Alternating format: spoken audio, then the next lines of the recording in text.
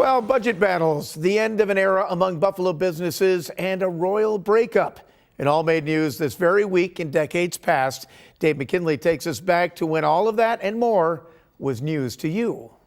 10 years ago this week, as we shared our umpteenth story about the fiscal cliff, HSBC announced it would be taking its name off of and moving out of Buffalo's tallest building. And in his first year as county executive, Mark Poloncarz presented his first budget, a record $1.5 billion, with a 3.5% tax increase. Legislators balked. Poloncarz barked.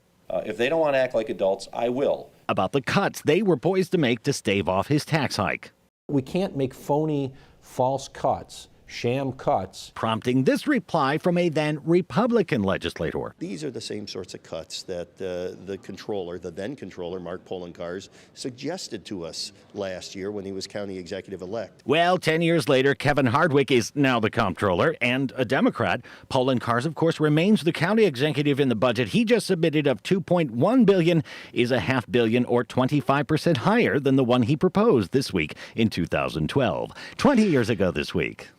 We agonized over this as far as looking at alternatives. But it was the end of the line for a longtime Buffalo manufacturer. Trico, the maker of windshield wipers and components, which started here in 1917 and once employed close to 6,000 workers, announced it was wiping out the last of its 200 or so positions here. But while that business was ending, another was just about to start, and crews were busy putting the final touches on more than $100 million of changes to an existing landmark to make that so. Why not take a gamble on this week's News to You pop quiz, which is, do you know what this is? Which crews were working at breakneck speed to complete for a planned New Year's Eve opening, which was just weeks away this week in 2002.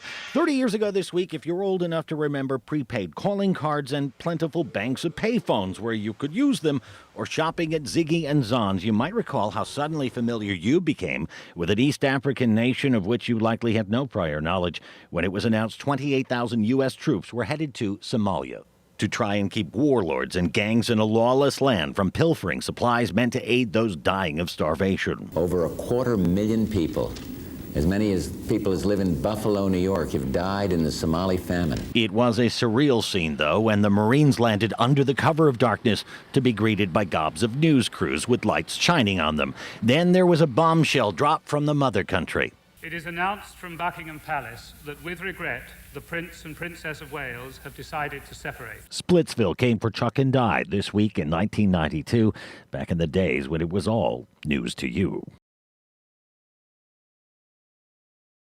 All right, thank you very much, Dave. And here's the answer to this week's News to You pop quiz. Were you able to figure out what the attraction was? It was finished up 20 years ago this week for a New Year's Eve opening.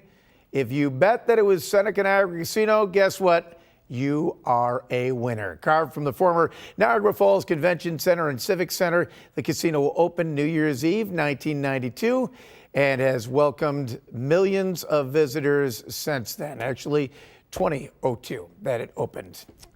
All right, Pat.